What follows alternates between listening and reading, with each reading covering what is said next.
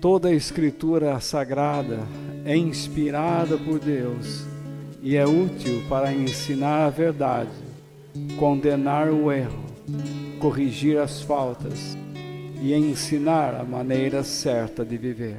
Isso para que o servo de Deus esteja completamente preparado e pronto para fazer todo tipo de boas ações.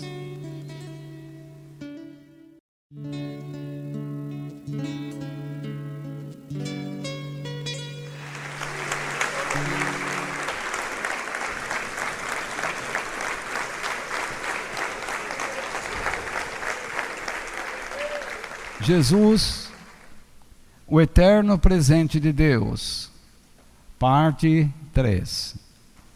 O texto que eu escolhi nesta noite está em Mateus capítulo 2, versículos 1 ao 12. E nós vamos fazer a leitura na Bíblia, na nova tradução da linguagem de hoje. Por falar em Bíblia, vocês sabem que eu gostaria de trocar a versão e para que nós pudéssemos estar mais próximos de outras igrejas. Correto? Então, eu falei para vocês sobre a nova versão internacional, mas parece que está difícil de achar no mercado, é isso mesmo? Não. Eu gosto muito da linguagem. Algumas pessoas colocam na internet que há falhas, porém devo dizer a você que há falhas em todas as versões e em todas as línguas do mundo. Por exemplo, quando a Bíblia diz que nós devemos ter afetos de misericórdia, ela no original está dizendo que nós devemos amar as pessoas com toda a força das nossas tripas. Como é que alguém vai escrever um negócio desse? Porque os antigos acreditavam que as emoções estavam na região do intestino. Lembra que a gente fala ainda, né? Ai, que frio na barriga, não é isso? E nós sabemos o que as emoções fazem com os nossos intestinos às vezes. Então, toda tradução da Bíblia, ela não é tão exata. Cabe àquele que a ensina esclarecer. E eu prometo a vocês que sempre vou estudar, sempre vou me preparar e vou me dedicar para ensinar vocês a verdade, não o erro. E eu não quero ensinar vocês nenhum fanatismo, eu não quero ensinar vocês nenhuma coisa fantasiosa. Que nós sejamos equilibrados, mas com um posicionamento correto, em favor da verdade de Deus. Então, todas as versões têm suas dificuldades. Por que eu adotei uma época, até agora, a versão na linguagem de hoje? E se vocês não quiserem trocar, a gente não troca. Aí depende de vocês. Porque o mais importante não é propriamente a versão. O mais importante é ler. Quanto mais você lê, mais o teu coração se aproxima das coisas de Deus. Mais você toma conhecimento das histórias, dos ensinamentos. E depois, quando nós vamos compartilhando aqui, ensinando, discutindo, então vocês vão se lembrar do que leram. E isso vai solidificar lá dentro. Toda a Bíblia, toda ela, infelizmente, deixe-me falar algo antes. Todas as editoras que editam Bíblia, eles ficam numa briga particular, porque é um comércio. gostemos ou não, virou um comércio. Você vê, tem a Bíblia do João, a Bíblia do Sebastião, a Bíblia da Joana, a Bíblia da Sebastiana, não é isso? Porque Bíblia vende, ninguém lê, mas vende. Então você vê, agora, toda a Bíblia não deixa de ser uma paráfrase. O que é uma paráfrase? Um comentário. Muitas pessoas, inclusive o João Ferreira de Almeida, que era um padre português, que ele fez um trabalho estupendo, traduzindo a Bíblia para o português, na sua época. E depois vieram várias outras versões. Inclusive nós temos no Brasil esta aqui, nós temos a tradução brasileira, nós temos a Bíblia pastoral, nós temos muitas Bíblias.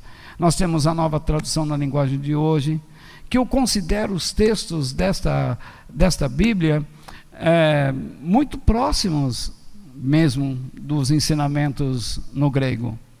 Nós temos a versão internacional, nós temos agora uma Bíblia excelente. Imagine, a Sociedade Bíblica lançou agora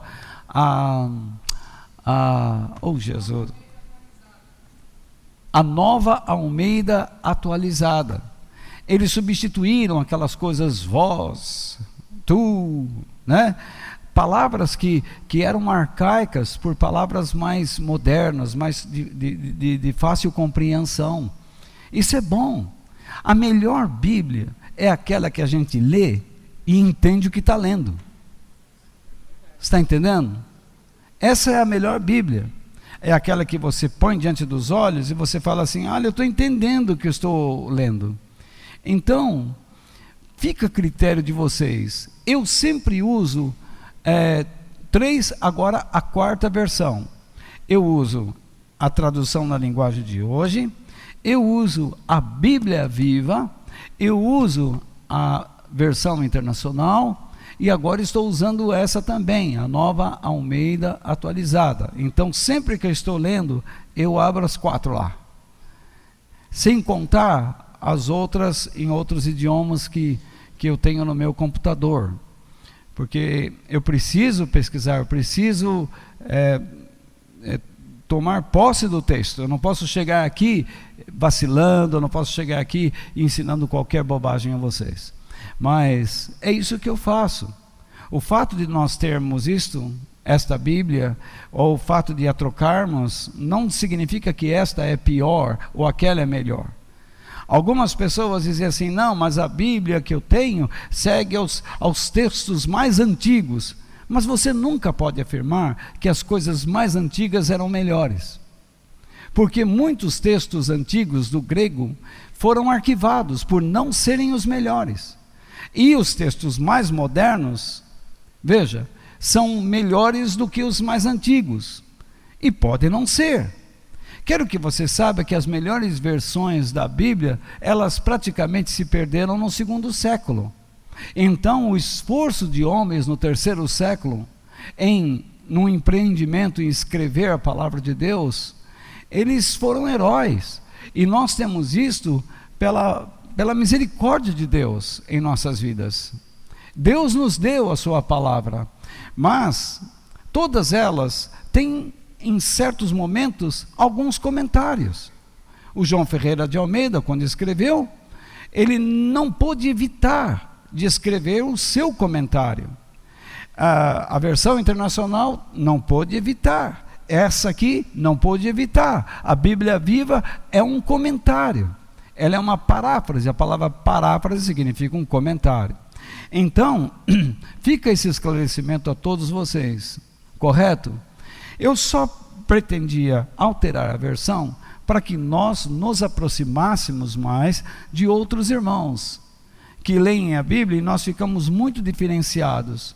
Nós colocamos material escrito na internet e eles têm dificuldades em aceitar a nova tradução na linguagem de hoje.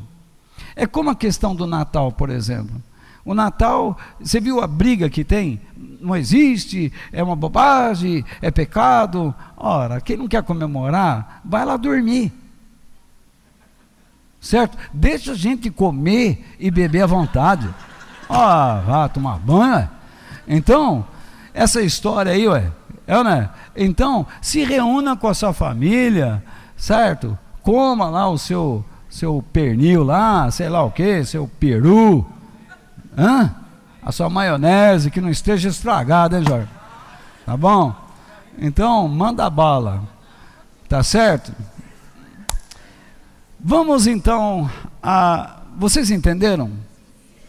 Vocês não podem ser assim taxativos com esta ou aquela versão. Não caiam nessa história de que essa e aquela está tudo errado. É bobagem isso. É bobagem isso. Isso é pura bobagem. Correto? O esforço que esses homens estão fazendo fazendo para que a palavra de Deus se torne mais clara a todos, isso é muito bom. Eu fico feliz com isso, tá? Eu fico muito feliz com isso. Então, cada vez que surge uma Bíblia mais clara, eu vou lá e compro, porque eu quero ter, porque assim fica fácil de ler, tá bom? Vamos pensando, vamos com calma e vamos definir qual que a gente vai escolher para nos aproximarmos mais dos nossos irmãos, para não ficarmos tão distanciados. Vocês entendem o meu espírito, o meu coração? Olha, falei meu espírito, meu coração, já estou fantasiando, né? Já estou comentando o que está aqui dentro. Então, vamos lá. Ao longo de 3 semanas com esta, eu tenho comentado com vocês sobre a razão de Deus ter enviado Jesus. Não é isso? Jesus veio como o quê? Um presente, como um oferecimento de Deus. Então, pega quem quer, guarda quem quer, e vive com ele quem quiser. Uma pessoa pode rejeitar, outra pode pegar e colocar num lugar e dizer, eu peguei, mas não é do meu agrado. Não é isso?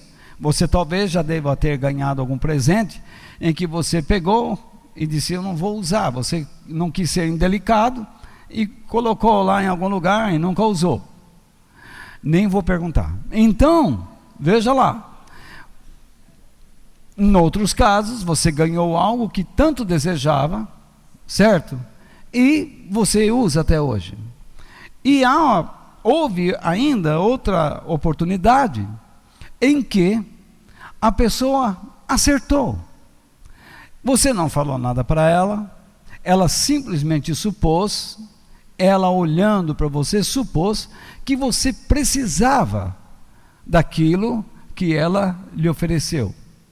Então você olhou para ela, pegou o presente e disse, como é que você adivinhou? Então, ela, num golpe de sorte, sei lá, ela te deu um presente que você necessitava e você ficou muito feliz. Não é isso? O mesmo ocorre com Deus. Deus sabe o que nós precisamos. O que nós precisamos não é propriamente de uma religião. Deus não diz que nós precisamos de muito dinheiro, ou uma vida com pouco dinheiro, ou com muitos bens, ou com poucos bens. O que nós precisamos é de Jesus Cristo em nossas vidas, porque Ele veio nos ensinar como devemos viver em comunhão com Deus e como nós podemos praticar as verdades dele. É por meio de Jesus que nós aprendemos se estamos perto ou não do Pai eterno. É por meio dele que nós aprendemos. Nós vimos também como as pessoas reagiram à vinda de Jesus. Vocês se lembram? Nós falamos sobre os anjos. Na época do nascimento de Jesus, os anjos trouxeram uma mensagem fiel dos céus. A quem? Aos pastores. E os pastores, por sua vez, ouviram e rapidamente foram procurar Jesus naquela manjedoura, encontraram Maria e José e disseram a eles tudo o que os anjos haviam lhes dito acerca de Jesus, fielmente. Nós também encontramos Maria, a mãe de Jesus, e nós lemos na Bíblia que ela disse: Senhor, eu sou tua escrava, cumpra-se em mim a tua vontade. Ela, por algum momento, teve dificuldades em entender como ela iria ficar grávida, porque ela disse: eu nunca tive relacionamento com homem algum, e o Senhor está dizendo que eu vou ficar grávida, sem ter relacionamento com um homem? Sim, você vai. Então o anjo explicou, o Espírito Santo vai te envolver, e o ente que você vai gerar no seu íntimo, ele será forte, será poderoso, e o seu nome é Emanuel, você vai chamá-lo de Jesus, porque ele é o Salvador, ele é o Deus conosco. Desde o nascimento de Jesus, Deus está dizendo para Maria que ele, o próprio Deus, vai se encarnar no seu ventre e virá para o mundo a fim de testificar o céu na terra e procurar conduzir a terra ao céu. Então, nós vimos tudo isto. Hoje nós estamos na véspera do Natal. Daqui a algumas horas, algumas pessoas vão comemorar, vão soltar fogos, né? E vão trocar presentes. E nesta noite, eu gostaria de falar com vocês sobre como os sábios ou magos do Oriente se comportaram perante Jesus. Então, vamos ler esse texto em Mateus capítulo 2, versículos 1 ao 12, por favor. Jesus nasceu na cidade de Belém, na região da Judéia, quando Herodes era rei da terra de Israel. Nesse tempo, alguns homens que estudavam as estrelas vieram do Oriente e chegaram a Jerusalém. Eles perguntaram: onde está o menino que nasceu para ser o rei dos judeus? Nós vimos a estrela dele no Oriente e viemos adorá-lo. Quando o rei Herodes soube disso, ficou muito preocupado, e todo o povo de Jerusalém também ficou. Então Herodes reuniu os chefes dos sacerdotes e os mestres da lei e perguntou onde devia nascer o Messias. Eles responderam: na cidade de Belém, na região da Judéia, pois o profeta escreveu o seguinte. Esse profeta que ele cita é o profeta Miqueias, no capítulo 5, verso 2. Então diz assim: você, Belém, da terra de Judá, de modo nenhum é a menor entre as principais cidades de Judá, pois de você sairá o líder que guiará o meu povo de Israel. Então Herodes chamou os visitantes do Oriente para uma reunião secreta e perguntou qual o tempo exato em que a estrela havia aparecido. E eles disseram. Depois os mandou a Belém com a seguinte ordem: vão e procurem informações bem certas sobre o menino, e quando o encontrarem, me avisem, para eu também ir adorá-lo. Depois de receberem a ordem do rei, os visitantes foram embora. No caminho, viram a estrela, a mesma que tinham visto no Oriente. Ela foi adiante deles e parou acima do lugar onde o menino estava. Quando viram a estrela, eles ficaram muito alegres e felizes. Entraram na casa e encontraram o menino com Maria, a sua mãe. Então se ajoelharam diante dele e o adoraram. Depois abriram os seus cofres e lhe ofereceram presentes: ouro, incenso e mirra. E num sonho, Deus os avisou que não voltassem para falar com Herodes. Por isso, voltaram para a sua terra por outro caminho. Então, veja bem, vamos lá rapidamente fazer algumas considerações sobre o nosso texto, o texto que nós lemos. A primeira delas trata dos sábios ou os magos que vieram do Oriente. No versículo 1, Jesus nasceu na cidade de Belém, na região da Judéia, quando Herodes era rei da terra de Israel. Nesse tempo, alguns homens que estudavam as estrelas vieram do Oriente e chegaram a Jerusalém. Então veja só, é isso que eles eram, homens que estudavam as estrelas. Eles eram astrônomos ou astrólogos, dentro de uma cultura caldeia, na região da Babilônia. Então, o texto bíblico fala de 3.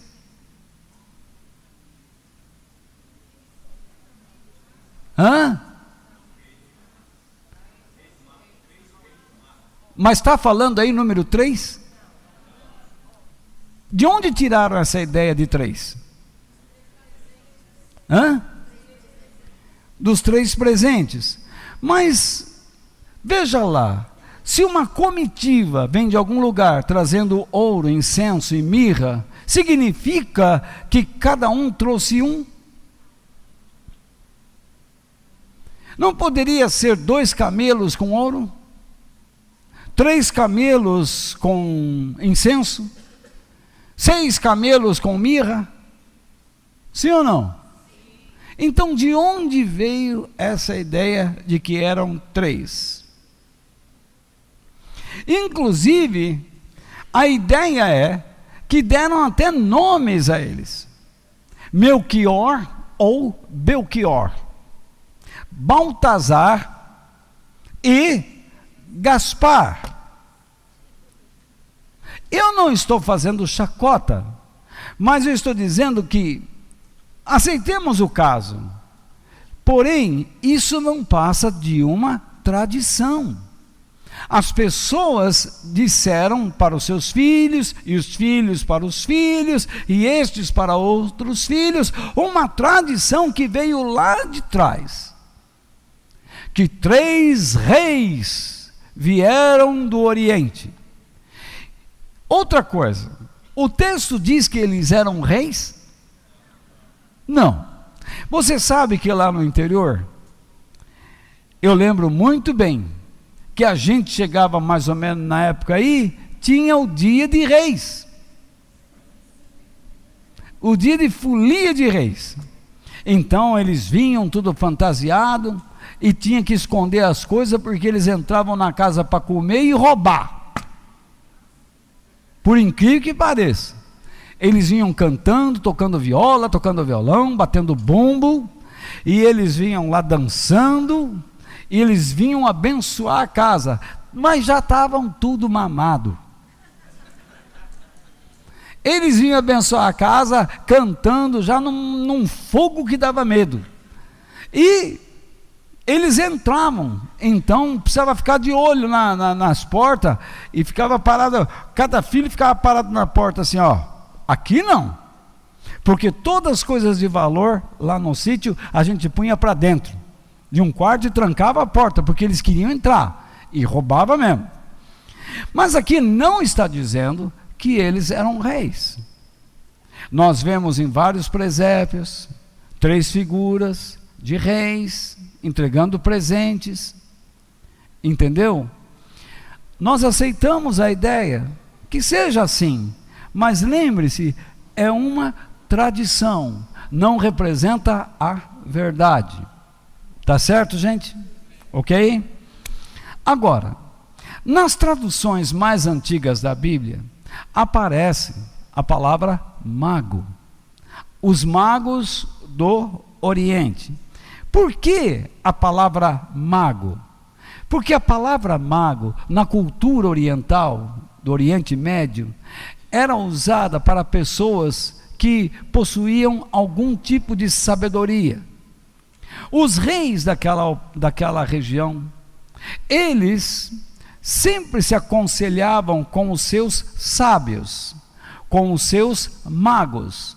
Um exemplo disso está na Bíblia. Daniel era considerado um mago para Nabucodonosor. Ele era considerado um sábio.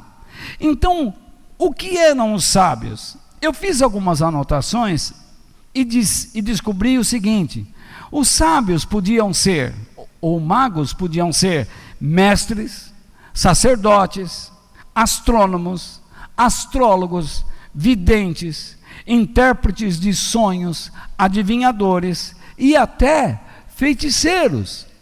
Dependendo da sociedade em que eles estavam, eles desempenhavam algum desses papéis.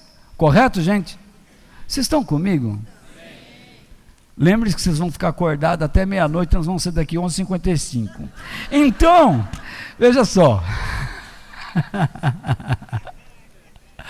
Então, veja bem. Veja lá. Então, os reis dessas regiões tinham o hábito de consultar essas pessoas que eles consideravam como sábios para estabelecer o quê? O seu governo. Para saber se eles estavam andando na direção certa, se existia algum complô. Então essas pessoas vinham aos reis e falavam. Os astrônomos costumavam ver nas estrelas alguma coisa, e foi isso que eles viram. Então nós temos em segundo lugar a estrela de Belém, que eu considero um ato da providência divina, e vou explicar por quê. Nós podemos ver isso nos versículos 1, 2, 7, 9 e 10. Eu não vou ler tudo de novo, mas vamos recuperar a história. O que aconteceu? Eles estavam lá no Oriente, e diz a palavra de Deus que eles viram a estrela do Messias. Não é isso? Eles não viram a estrela? E então a estrela os conduziu até onde? Até Jerusalém. E em Jerusalém eles se encontravam com quem? Com Herodes. Repare que a estrela não foi diretamente onde estava Jesus. A estrela os conduziu ao maior inimigo de Jesus. E quando eles chegaram diante de Herodes, diante do rei que governava aquela região sob o comando de César, eles disseram: onde está o menino que nasceu para ser o rei dos judeus? Imagine, ele está falando com alguém que se intitula rei dos judeus, e ele pergunta: onde está o menino que será o rei dos judeus? Imagine qual foi o sentimento. Imagine qual foi o sentimento de Herodes. Como ele se sentiu? Ele se sentiu ameaçado. E então eles complementaram: nós vimos a estrela dele no Oriente e viemos o quê? Adorá-lo.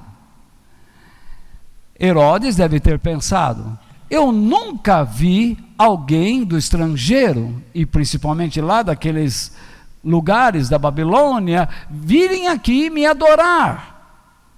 Que tipo de rei é esse? Não é? Então Herodes chamou quem? Os seus sábios, chamou os mestres da religião, e eles então ensinaram a Herodes: realmente está escrito. Você se lembra que nós lemos? O profeta disse: você, Belém, da terra de Judá, de modo nenhum é a menor entre as principais cidades de Judá, pois de você sairá um líder que guiará o meu povo de Israel. Nós estamos na véspera de Natal, e é justo que eu fale para vocês sobre o nascimento de Jesus. Mas eu estou preparando um terreno para tentar mostrar a vocês como esses homens reagiram. Como eles reagiram diante do Senhor. Mas nós estamos falando agora da estrela. E eles disseram: nós vimos a sua estrela. Não é o fato que eles viram um astro, apesar da palavra aparecer como aster, não significa propriamente que era uma estrela. Eles viram algo luminoso, é assim que se deve entender. Era algo luminoso que acendeu e parou. Ele ficou iluminando, chamando atenção. Foi isso que eles viram. Se eles vivessem em nossa época, alguém diria assim: estou vendo um UFO. Um OVNI, um objeto voador não identificado. É justo que eles pensem assim, cada um pensa o que quiser. Então, algumas pessoas pensam que aquilo foi um fenômeno natural. Eruditos até sugerem que era uma conjunção de planetas, que poderia, com essa junção e seu brilho, ser chamado de estrela. Outros dizem que foi a explosão de uma supernova e o brilho chegou até a Terra. Outros dizem que era um meteoro ou um cometa. Mas você já viu um cometa ou uma supernova, uma explosão solar em outra galáxia, ou mesmo dentro da nossa galáxia, uma estrela que explode e o seu brilho então chega à Terra e começa a esperar alguém, chamar alguém para uma viagem? Vocês já viram um cometa passando por cima de nossas cabeças dizendo: olá, quero levá-los até tal lugar, conduzi-los, me sigam? E tem mais, só eles viram aquilo, nem Herodes, nem ninguém em Jerusalém viu aquele astro, viu aquele fenômeno, ninguém via, nenhum habitante de Jerusalém. A Bíblia não diz que todo mundo viu, a Bíblia diz que somente aqueles homens viram. E é engraçado é modo de falar, interessante, que aquela luz os trouxe até Jerusalém, e ninguém reparou. Ora, será que em Jerusalém não haviam estudiosos? Será que em Jerusalém só havia gente inculta, ignorante? Claro que não. Existiam astrônomos também, existiam pessoas de fora lá. Afinal de contas, Jerusalém sempre foi uma cidade cosmopolita, habitada por pessoas de diferentes regiões da terra. Mas ninguém viu aquela luz. São sinais de Deus, são sinais que Deus mostra. Algumas pessoas veem, outras pessoas não veem, porque não estão interessados. Então veja só, seria então essa estrela um resultado natural, ou seria uma ação da providência divina? Eu creio que é uma ação da providência divina, porque nenhuma estrela consegue parar em cima de uma casa, nenhuma estrela consegue conduzir-se e parar, movimentar-se, vai para frente, vai para trás, vai para a direita, vai para a esquerda, sobe, desce, é impossível. É uma ação de Deus. Jesus, durante o seu ministério, disse para nós que antes da sua vinda haveria sinais nos céus. Jesus vai voltar de novo. Eu creio nisso de todo o meu coração. E ele disse que nós devemos estar atentos. E uma de nossa atenção deve estar voltada para os céus, porque Deus vai dar sinais. Eu não sei como ele vai fazer isso, mas Deus vai mostrar sinais. Nós temos visto muitas coisas nos céus. Algumas pessoas enxergam, outras não, a maioria não enxerga. Mas eu creio que Jesus está prestes para voltar. Nunca se ouviu de tanta guerra, tantos rumores de guerra, nunca se ouviu sobre tantos terremotos, sobre tantas catástrofes, nunca se ouviu tanto sobre estas coisas, que Jesus disse que antes da sua vinda haveria muitos terremotos, haveria inimizade entre pais e filhos, filhos e pais. Existem muitos sinais acontecendo, mas há pessoas que estão cegas. Somente aqueles que estão próximos a Cristo conseguem enxergar. E acreditem, Jesus vai voltar. Ele disse mais, ele disse: antes da minha volta, o mundo vai se ver debaixo de tremendas pestes. As doenças vão crescer em percentagem assustadoras. Então nós temos acompanhado isto. O mundo todo está debaixo de peste. Você vai à Flórida, o mosquito está lá. Você vem ao Brasil, o mosquito está aqui. O mosquito viaja ao Atlântico. Ele vai tirar férias em todos os lugares. Não tem para onde escapar. Alguns anos atrás o mundo se alvoroçou com a AIDS, e depois veio outra doença. O câncer, por exemplo. Você fica assustado ao ver o número de cancerosos neste mundo. Está aumentando a cada dia. Doenças cardíacas, doenças de todas as espécies, que vão se transformando em uma peste, devido ao volume, devido à porcentagem, devido ao seu poder incontrolável. É muito rápido. As coisas estão acontecendo de maneira muito rápida. Jesus falou de um outro sinal: incredulidade. As pessoas estão se tornando cada vez mais incrédulas. Incrível como pessoas que vão à igreja por anos, eles não conseguem mais crer na palavra de Deus. Eles não acreditam no que Deus fala. Eles preferem ter uma religião, eles preferem estudar, mas eles não estudam a prática da verdade. Nós devemos estudar a Bíblia, mas nós precisamos ser práticos. Como as verdades da Bíblia se encaixam no nosso dia a dia? Nós estamos reparando as pessoas cada vez mais incrédulas, e devido à incredulidade, nós temos visto o quê? Um outro sinal: o aumento da maldade.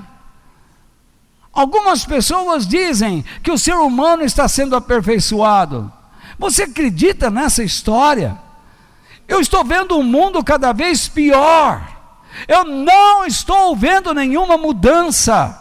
Inclusive entre nós, cristãos, que deveríamos dar exemplo de bondade, de graça, nós damos o que às pessoas? O ódio, o rancor. Vivemos doentes debaixo de mágoas incuráveis, que nos levam à depressão, à angústia, às tristezas inexplicáveis. Eu conheço certas pessoas que se pegam chorando em algum momento de suas vidas. Eles não conseguem se entender. São sinais. Jesus disse: se preparem, porque quando vocês começarem a enxergar estas coisas, vocês estão perto do fim. Mas não é que o fim vai chegar junto com estas coisas. Vocês estarão entrando em um momento chamado princípio das dores, que será um momento terrível. Eu espero que nós não passemos por estes momentos, mas seus filhos e seus netos. O que será deste mundo no tempo deles? Por isso é necessário que nós preservemos a fé, que nós sejamos obedientes a Deus, que nós saibamos enxergar esses sinais e permaneçamos firmes na fé que o Senhor nos deu, e acreditando que nada pode nos separar do amor de Deus por meio de Cristo Jesus. Então a igreja crê nos sinais, crê na volta de Jesus.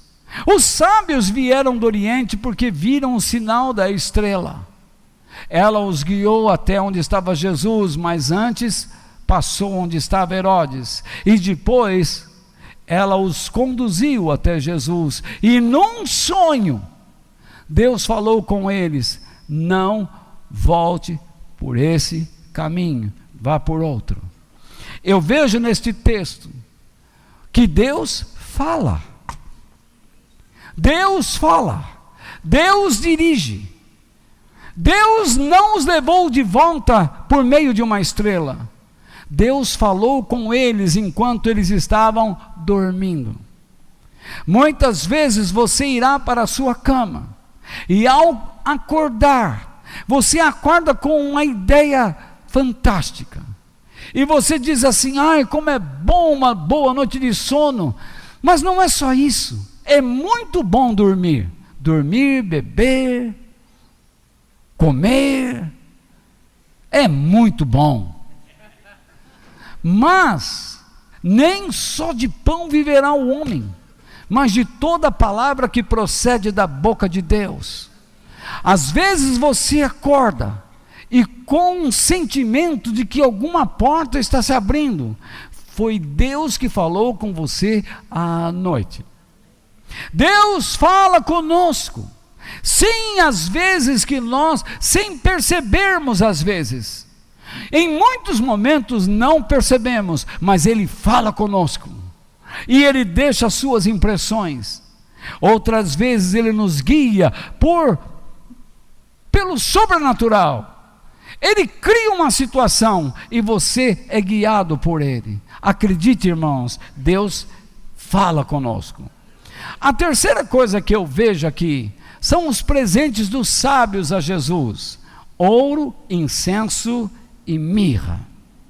Então, veja lá, os magos ofereceram 3 presentes a Jesus: ouro, incenso e mirra, cujo significado é um resumo do Evangelho e da fé cristã.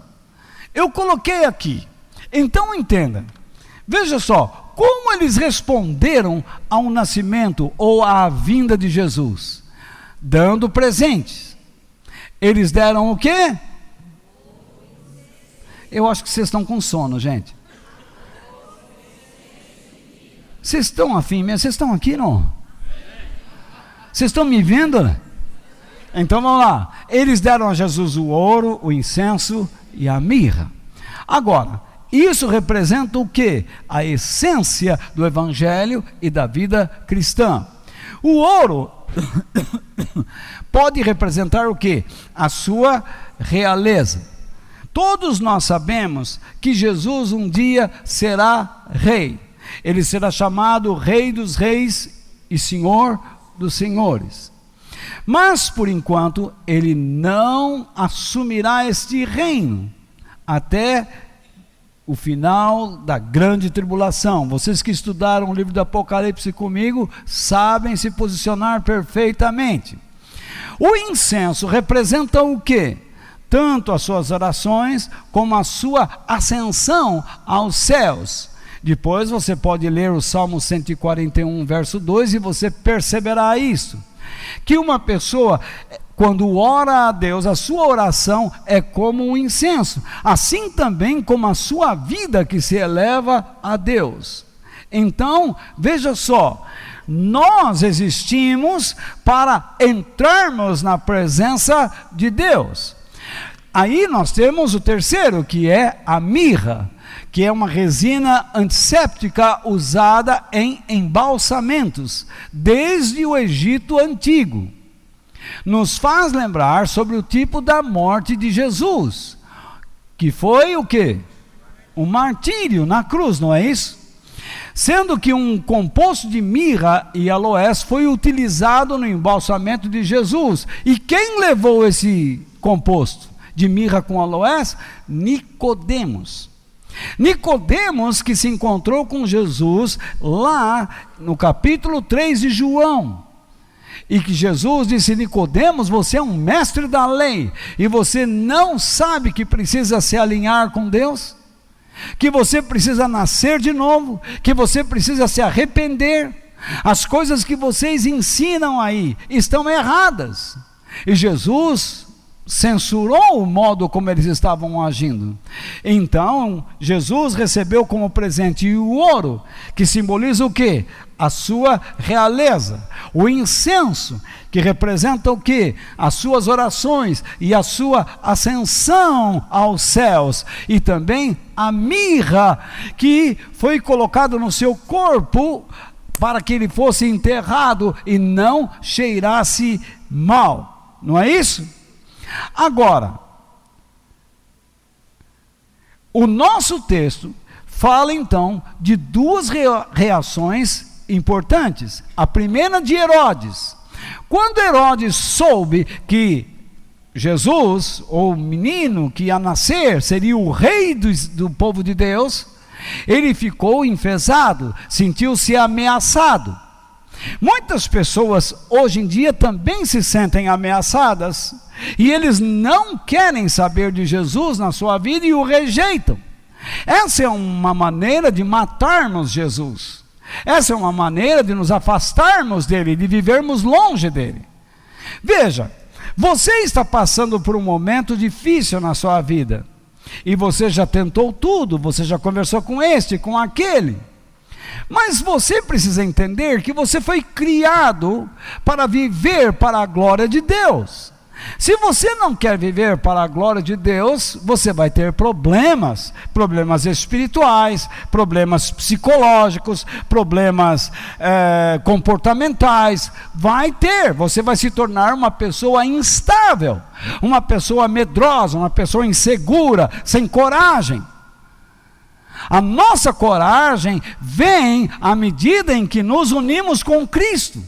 Quanto mais unidos com Cristo estivermos, mais fortes interiormente seremos. Você olha para uma pessoa com síndromes, com traumas, com insegurança sem fim, o que você vê? Você vê uma pessoa tentando se segurar em si mesma, nas suas próprias forças. Mas quando você aprende a ter prazer em Deus, nada pode demover você do posicionamento que Deus o colocou. Quando você está firme em Deus, com prazer nele, quando você tem alegria nele, você fica firme. A sua vida sofreu algumas mudanças, não é? Você sofreu algumas mudanças, muito bem. E você consegue explicar isso? Claro que não. Talvez você esteja desfrutando agora de um bom momento, ou então você está chorando devido a um mau momento. Você não deveria logo se alegrar com a situação e nem tão logo se entristecer com ela. O que você precisa saber é: Pai, onde o Senhor está nesse negócio? O que o Senhor está fazendo em minha vida? O que o Senhor pretende com tudo isto? Me ensina. E você precisa ter calma. E você precisa se oferecer a Ele e não se assustar. Você não pode ter medo de ter comunhão com Deus por meio de Jesus Cristo. Você não pode se agarrar nas coisas que você pensa que já possui. Você vai morrer. Você vai se entristecer. Você vai virar pó. Você acaba virando pó, e desculpe a expressão, você acaba virando alguma coisa como lixo, alguma coisa imprestável, sem utilidade. Não é isso que Deus tem para você. Olhe para a sua vida passada. Olha quem você era quando você se entregou a Deus. Olha quem você era quando o Espírito Santo encheu a sua vida. Você era uma pessoa radiante. Mas o que é que está acontecendo agora? Algumas coisas estão te assustando, algumas coisas estão te pressionando, você não está entendendo a situação. Você não precisa entender nada. Eu vou dizer uma coisa a vocês. Eu venho de uma igreja de histórico pentecostal, e eu ficava louco da vida, porque lá todo mundo fala: você tem que ter fé, você tem que provar, hoje em dia eu me libertei dessas conversas, eu acabei com essas coisas. Eu não fico tentando provar nada a ninguém e nem a mim mesmo. A única coisa que eu quero é ter prazer em Deus em qualquer situação. Eu aprendi o que Paulo ensina aos filipenses, e como nós poderíamos aprender se estudássemos a carta de Paulo aos filipenses, a termos alegria em Deus. Ele disse: eu aprendi a viver contente em qualquer situação, na abundância ou na escassez, porque eu posso todas as coisas naquele que me fortalece.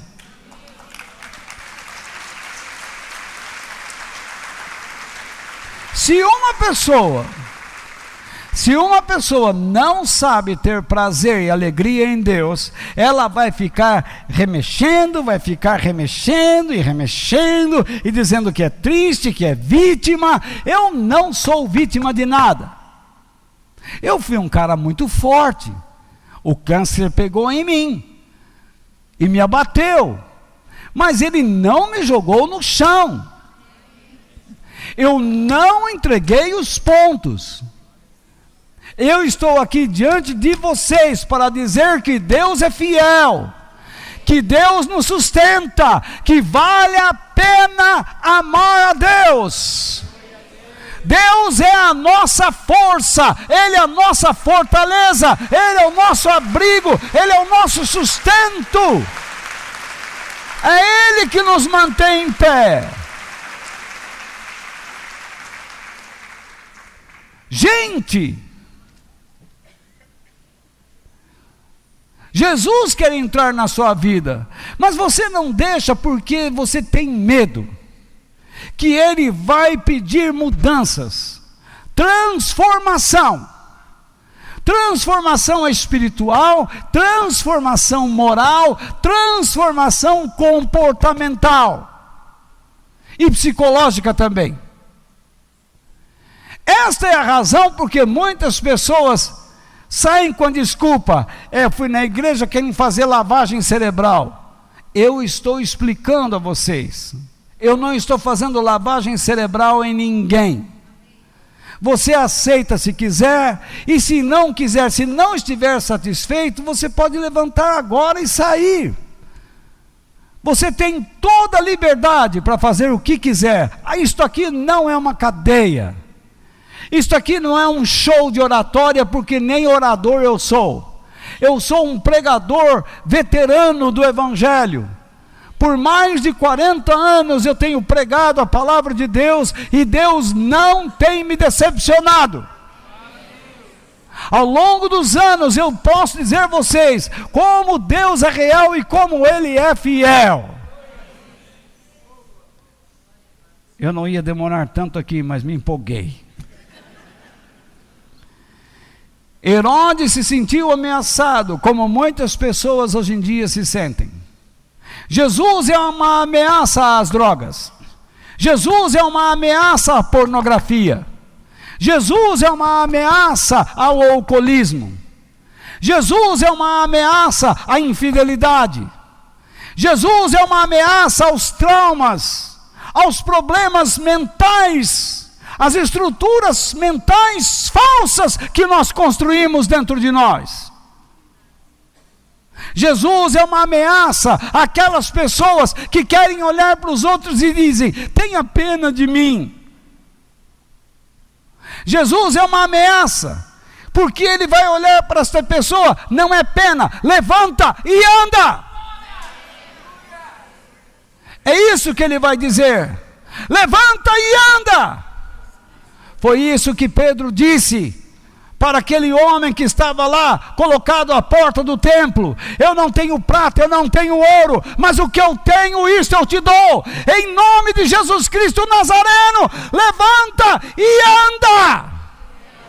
No mesmo instante, aquele homem ficou em pé e passou a correr e a pular e a dançar, e louvando a Deus, entrou no pátio do templo, e todos ficaram admirados. Aquele homem no tanque de Betesda, que há 40 anos ficava lá naquele lugar, e Jesus disse: por que você está aí nessa maca? Porque me colocam aqui, eu não consigo entrar na água no momento certo. E Jesus olhou para ele e disse: tome a tua maca e vá embora, você está curado. E o homem levantou, pegou a maca, pôs debaixo dos braços e foi embora. É o mesmo que Deus quer fazer com você hoje.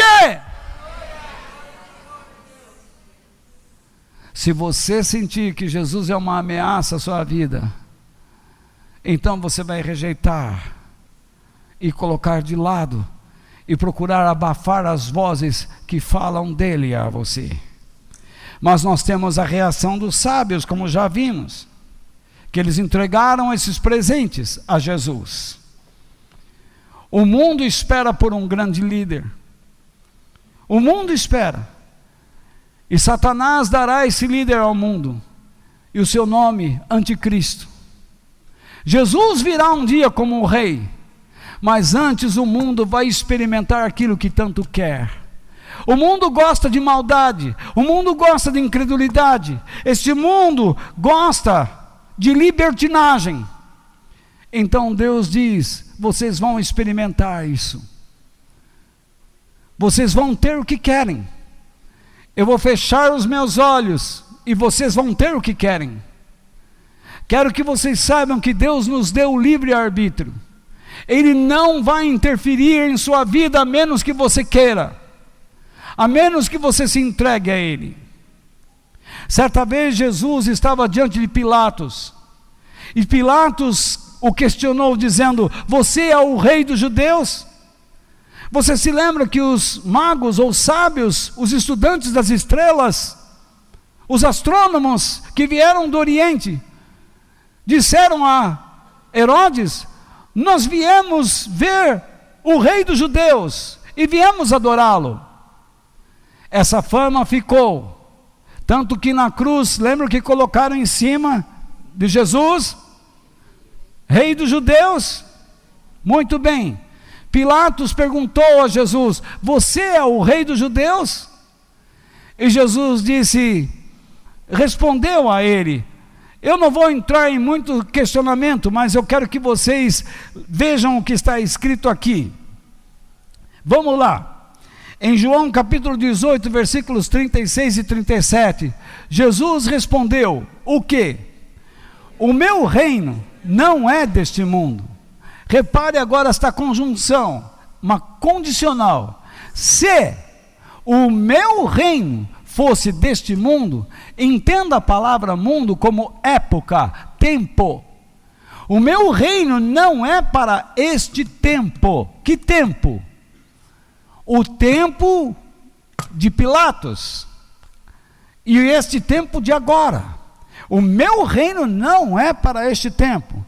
Se o meu reino fosse para este tempo, os meus seguidores lutariam para não deixar que eu fosse entregue aos líderes judeus. Mas o fato é que o meu reino não é deste mundo. Jesus afirmou e confirmou. Mas ele não deixou Pilatos sem uma resposta mais ampla. E ele disse no verso 37, então você é rei? Perguntou Pilatos. Ele está insistindo. É o Senhor que está dizendo que eu sou o rei. Respondeu Jesus. Foi para falar, repare agora, para falar o quê? Não foi a verdade, foi para falar da verdade. Eu vim para expor a verdade, eu vim para dar o conhecimento da verdade, eu vim para propagar a verdade, eu vim para esclarecer a verdade. É isso que ele está dizendo. Então veja lá, foi para falar da verdade que eu nasci e vim ao mundo. Então, aquele tempo até hoje, o que nós temos que fazer? Falar, expor, ensinar sobre o quê? A verdade. Porque a igreja nasceu e existe neste mundo para isto. A igreja não existe para ficar pedindo dinheiro. A igreja não existe para ficar manipulando ideias, mentes e pessoas. A igreja não existe para condenar pessoas. A igreja existe para ensinar sobre a verdade. Mas repare o que ele diz: quem está do lado da verdade, ouve a minha voz. Diferentemente, veja o que ele diz aqui, na condição: se o meu reino fosse deste mundo, os meus seguidores lutariam. Entendeu? Porém, quando ele fala que ele veio para ensinar a verdade, ele dá a característica de quem está com ele. Quem está com ele o ouve. Ele está dizendo: sabe, Pilatos, você está querendo me pegar numa armadilha. Se eu disser a você que eu sou o rei, naturalmente você vai me colocar um processo contra o imperador romano, dizendo que eu estou querendo destituí-lo, criar uma revolta para acabar com ele.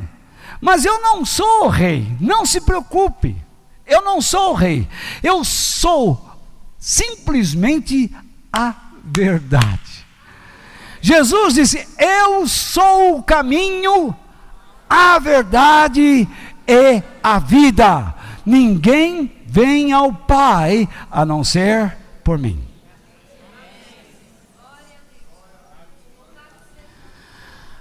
A palavra caminho não significa propriamente uma estrada, mas significa princípios, conduta, uma filosofia de vida. É isso que ele está dizendo. Eu sou o modo que, através do qual vocês se deparam com a verdade, que sou eu. E quando vocês encontram em mim a verdade, vocês encontram a vida. A vida é o que você quer. Alguns estão aqui e não estão vivendo, estão se arrastando. Vocês estão se arrastando.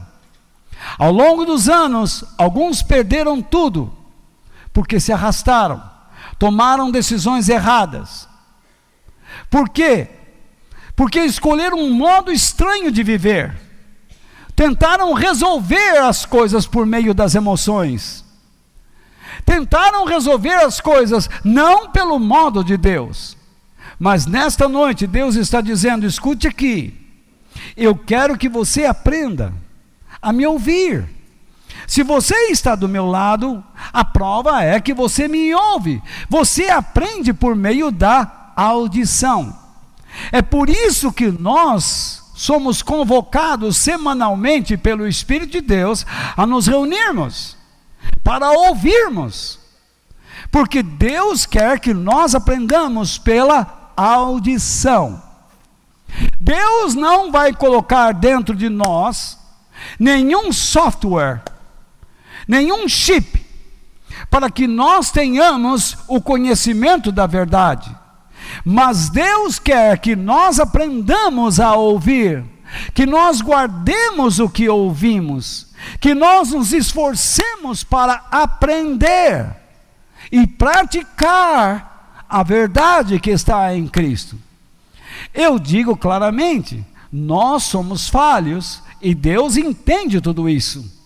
Em muitas ocasiões nós perdemos a paciência, em muitas ocasiões nós ofendemos pessoas, magoamos pessoas, mas nós conhecemos o caminho da restauração. Nós sabemos pedir perdão, nós aprendemos com a verdade como nos humilhar, nós aprendemos a considerar a nossa condição atual, se devemos continuar assim ou não. Se você está agora passando por um trauma, você fica com a cabeça cheia, com medo da sombra, passou um mosquito, é o diabo. Tem gente que vê o diabo na tomada, na televisão, abre a geladeira, o diabo está lá, abre o armário, o diabo está lá junto com o frasco de arroz, com o pote do feijão, com o pote do café. Em todo lugar está o diabo, porque nós temos aprendido e se convencionou nos ensinos atuais da igreja que tudo é culpa do diabo. Porém Deus diz não, você está na condição em que está. Se você está carregando ódio, se você está carregando mágoas, se você está carregando inseguranças, o problema está em você. E não há oração que vai resolver o seu problema. Você precisa aprender a adotar sobre si o modo de vida que Jesus preparou para você. E então você vai sair dessa condição. Eu não estou dizendo aqui que o evangelho é uma coisa barata, é uma coisa fácil, como essas pessoas dizem aí. Vem aqui, faz uma campanha, dá um dinheirinho aqui, outro dinheirinho ali, e Deus vai te dar o que você quer. Mentira! Deus quer compromisso. Repare bem, antes de Jesus se estabelecer como o rei, ele tem que passar por alguns processos. Veja os presentes do mago. Eu já vou terminar, irmãos. Vocês me permitem? Até 11h55 eu falei das. Então, veja bem, antes de Jesus se tornar rei, o que ele tem que passar? A Bíblia, segundo os presentes dos magos, qual é o segundo presente? Incenso. Representa o quê? Suas orações e a sua ascensão. Mas para que uma pessoa possa orar e ascender aos céus, é necessário o terceiro presente. Qual é? Mirra. E isso representa o quê? Perfume para um morto. Então veja só, se eu quero encontrar Deus, eu preciso contrariar a mim mesmo. Mas o que eu quero dizer sobre contrariar a mim mesmo? Eu tenho que lutar contra o meu orgulho e o meu egoísmo. Sabe o que você quer? Você quer uma religião fácil. Você quer um hábito. Você quer entrar numa igreja e falar lá: "Oh, Pai querido, muito obrigado." E alguém estende a mão: "Vai com Deus, 5 minutos, você vai embora."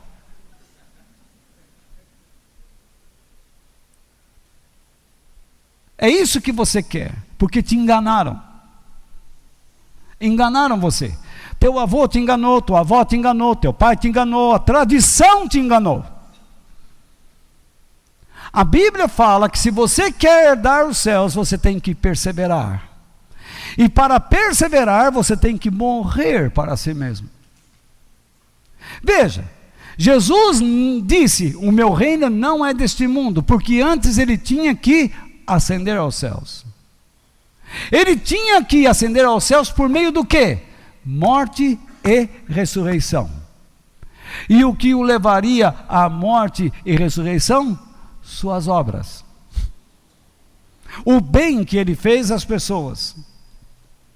Mas o bem resultou nisso? Sim. Por quê? Pessoas se beneficiaram da sua bondade.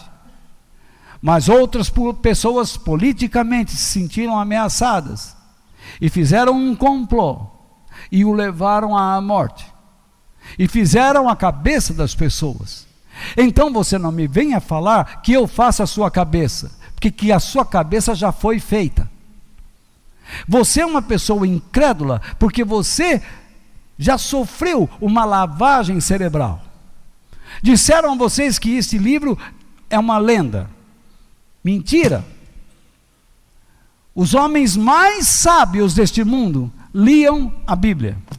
Os países mais prósperos deste mundo fundaram seus governos e suas constituições sobre a palavra de Deus. Olha o estado em que está o nosso país. Nós não conhecemos mais justiça, nós não conhecemos mais o que é sociedade legal, nós não sabemos sobre direitos, sobre deveres, nós não respeitamos mais autoridades e as autoridades não respeitam o povo. Nós estamos vivendo não só aqui, mas no mundo todo, uma instalação da anarquia. O mundo está se tornando em algo cheio de alvoroços. Tudo isso está sendo preparado para o surgimento de um líder que vai vir com promessas falsas, dizendo: eu sei como resolver. E Deus está deixando. Vocês se lembram da Torre de Babel? Todo mundo amava a Deus, conhecia a Deus. Mas quando chegou à Torre de Babel, todo mundo estava longe dele. O homem sempre rejeitou a Deus. O homem sempre quis criar a sua própria história. Esse é o seu problema. Você está querendo criar a sua própria história. Por isso você não é feliz. Você sempre vai sentir infelicidade, insegurança, tristezas e inexplicáveis. Veja bem,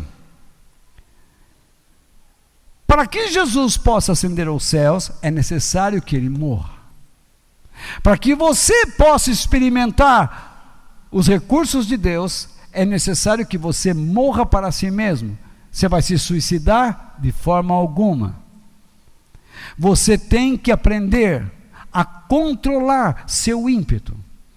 Nós temos que aprender a controlar a nossa falta de vontade. Lembra que os anjos dizem? Paz na terra aos homens de boa vontade. Você tem que ter boa vontade. Se você não tem, se você ficar arrumando desculpas, eu não vou na reunião, não vou ler a Bíblia, não vou ouvir, não quero conversar. Mas você fica ouvindo vozes. Você entra dentro do seu quarto e fica ouvindo lá, coitadinho, vê como você está morrendo, olha como você é vítima, ninguém se importa com você, olha só, você está sendo enganado pelo diabo. Você está sendo enganado primeiramente por si mesmo e depois pelo diabo, pelo inferno. Hoje você precisa se levantar e tomar posse da vida de Deus.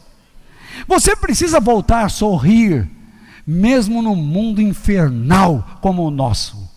É possível vencer neste mundo andando com Cristo.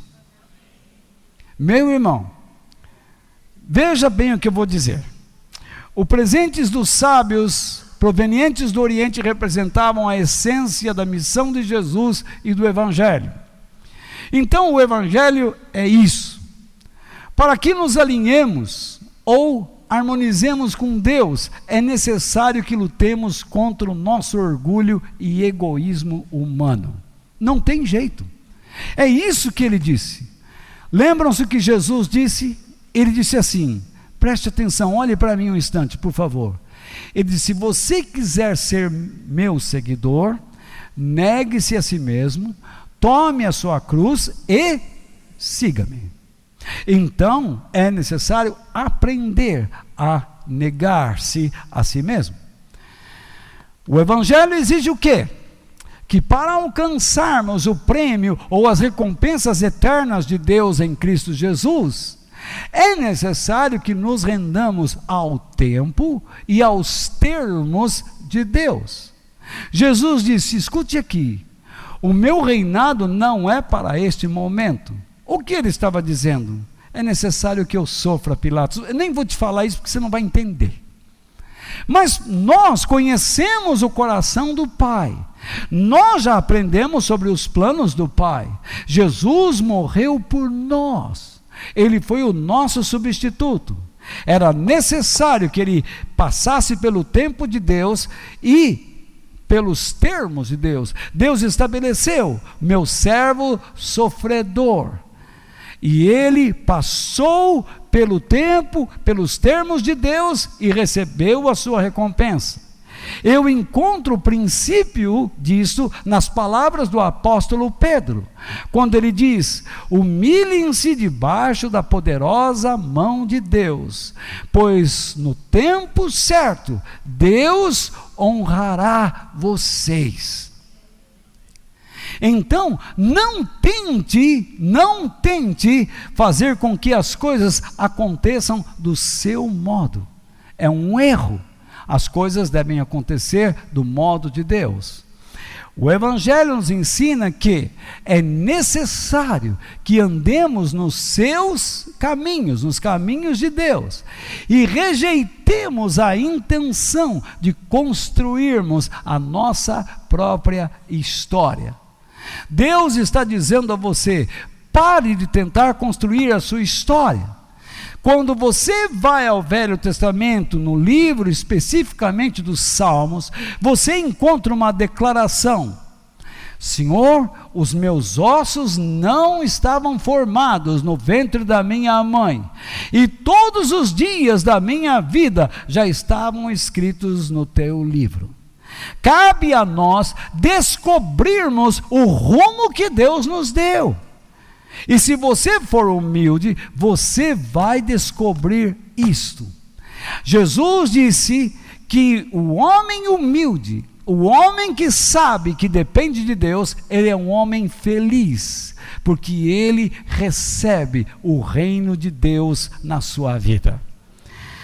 Irmãos, veja só, aqueles que aprendem esses princípios serão abençoados por Deus e serão capazes de abençoar pessoas ao seu redor. Serão capazes. Você, mulher, abençoará o seu marido. Você, marido, abençoará a sua mulher.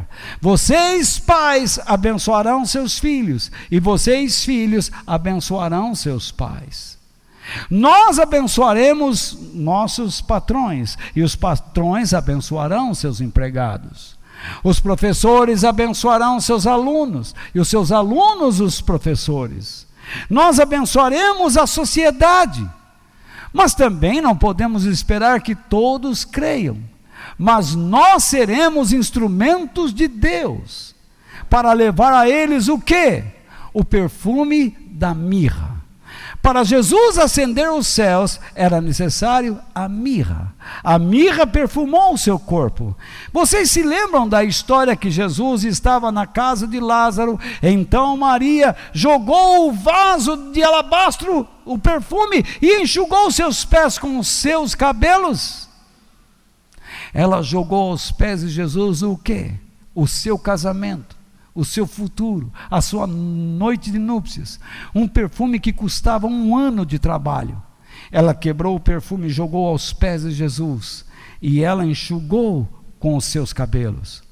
Quando Jesus saiu à rua, ele estava perfumado. Quando Maria saiu à rua, ela estava perfumada. O perfume de Jesus era o mesmo de Maria, o perfume de Maria era o mesmo de Jesus.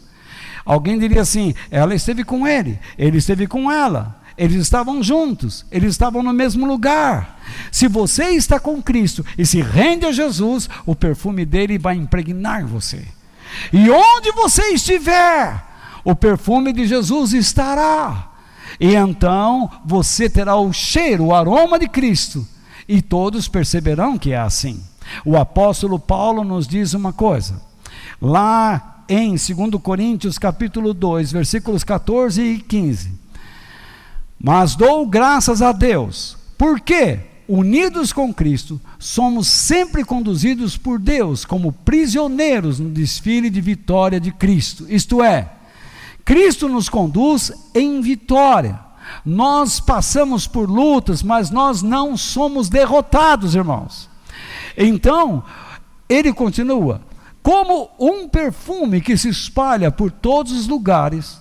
Olha só, como um perfume que se espalha por todos os lugares, somos usados por Deus para que Cristo seja conhecido por todas as pessoas. Eu espero que eu esteja explicando claramente sobre Jesus. Eu espero que você tome posse disto. Há muitas pessoas que se assustam com demônios. Ai, tem um demônio aqui. Ai, falaram que tem um demônio lá no fundo da casa. Deixa ele lá, ué. Você não pode imaginar que eu vou te falar, tem demônio aqui dentro. Tem demônio visível e invisível. Na verdade, você não tem que ter medo dessas coisas. A Bíblia diz, maior é aquele que está em nós do que aquele que está no mundo. O Espírito de Deus nos dá a garantia de pertencermos a Deus. O Espírito Santo nos dá o aroma de Cristo. E o nosso dever não é nos assustar, o nosso dever é espalhar o conhecimento do Senhor. Um dia, quando eu estava começando no meu ministério, tinha um demônio na igreja. Um cara ficava sempre demoniado, ele tinha a mania de bater nos pastores. E justo naquele dia me chamaram para pregar. E aí o pastor mais velho disse assim: Walter, quero ver hoje. Eu falei: ver o quê? Está vendo aquele rapaz ali? Ele fica endemoniado e ele parte para cima. Hoje é o seu teste. Gente, vou te falar, gelei. Eu era inexperiente, mas espera lá. Essas palavras de Paulo entraram no meu coração. Espera um pouquinho, Esse povo precisa aprender sobre o conhecimento de Cristo. Jesus me deu autoridade sobre os demônios. E se um demônio se manifestar aqui agora, eu vou expulsá-lo em nome de Jesus. Eu estava pregando e o camarada começou assim, ó.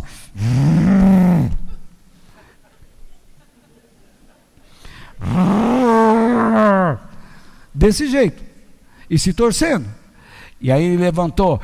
Eu vou te matar! Eu disse, você não vai matar ninguém que está debaixo do poder de Jesus. Eu te ordeno em nome de Jesus, saia dele. Ele caiu no chão. E ele veio se arrastando como uma cobra. Lá de trás, ele veio se arrastando. E aí ele disse, não vou sair. Você vai sair sim, em nome de Jesus. Talvez alguém aqui estava naquele dia lá. Você estava. Você se lembra disso? Ele pegou... Para vocês verem que eu não falo mentira sozinho. Então, depois eu dou 50 conto aí. Aí, veja só. Aí então, aí veja bem. Você deve se lembrar que ele falou assim, eu só saio dele depois que eu colocar o sangue que eu fiz ele beber. Ele pegou e colocou 3 coágulos assim, ó, desta polegada de sangue no chão, 3 em forma de uma pirâmide, sabe? 2 aqui e 1 na ponta. Eu disse, colocou o sangue? Coloquei! Agora sai, em nome de Jesus. Ele deu um salto para trás, que ele voou quase 5 metros e caiu lá. Eu fui em cima dele e o levantei. E ele disse, onde eu estou? Eu falei, você está na presença de nosso Senhor Jesus Cristo, que revelou o seu poder a essas pessoas que têm medo daquele que estava em você. Hoje e agora, você está livre. Aprenda a palavra de Deus, se comprometa com o Senhor e tenha em você a vida de Cristo, e nunca mais você será atormentado por um espírito assim. É assim que funciona. Você só sairá da sua condição se Jesus passar a viver em você. E tem mais. Paulo ainda diz, porque somos como o cheiro suave do sacrifício que Cristo oferece a Deus, cheiro que se espalha entre os que estão sendo salvos e os que estão se perdendo. Algumas pessoas aqui estão sentadas, apenas sentadas, mas nunca me ouvindo. Entra e sai. Eles fecharam o coração, mas não importa. Eu sou uma testemunha do altos céus. Eu sou alguém que conhece o meu Senhor. Eu conheço Jesus. Ele habita na minha vida. E eu estou testificando a vocês que Jesus é real. Ele nasceu, ele veio para declarar sobre a verdade. E se você recusar no seu coração em recebê-lo, você irá se perder, você vai se afastar de Deus, e você será lançado num lugar onde haverá chamas, fogo, onde haverá choro, ranger de dentes. Mas este não é o lugar que Deus preparou para você. O lugar que Deus preparou para você é no reino do Filho do seu amor. No Natal nós oferecemos presentes às pessoas, presentes, e esperamos que elas os tomem e se agradem deles. Deus nos oferece Jesus, e Ele espera que nós criamos e tomemos posse dele. Se nesta noite Deus falou com você, não endureça o teu coração. Jesus veio, e como você vai reagir? Como você vai reagir?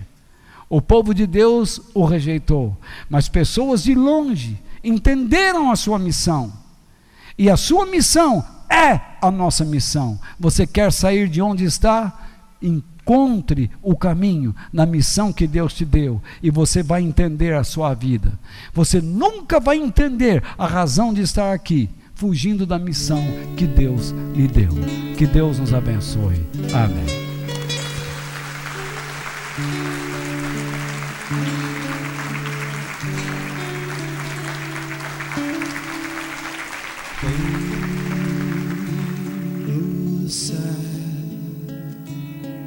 Tenho eu além de ti, e na